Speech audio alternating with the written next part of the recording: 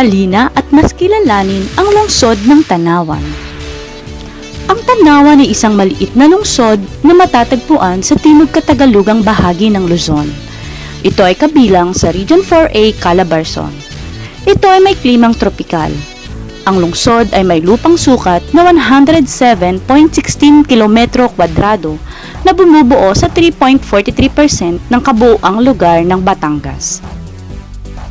Ayon sa SWS 2015 Census, ang populasyon ng Tanawan ay binubuo ng 173,366.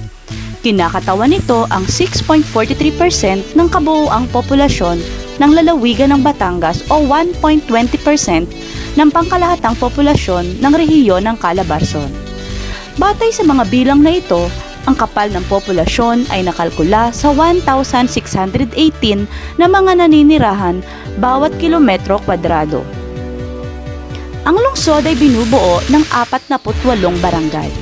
Kung ang pagbabasehan ay ang populasyon ng bawat barangay, ang Barangay Darasa ang may pinakamalaking bilang na binubuo ng 17,561 katao. Pumapangalawa dito ang Barangay Trapiche na may kabuuang bilang na 7,352. Sinundan naman ito ng Barangay Balele na binubuo ng 7,587 na katao. Samantalang ang Barangay Santol ang itinuturing na may pinakamaliit na bilang ng populasyon na may kabuuang bilang na 536 na katao.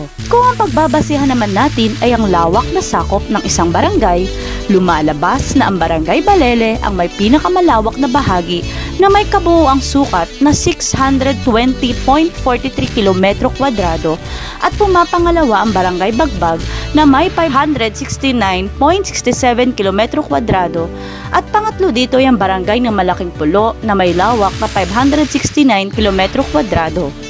Samantala, ang Poblacion 5 ang itinuturing na pinakamaliit na barangay sa Tanawan na may kabuuang sukat na 871 km².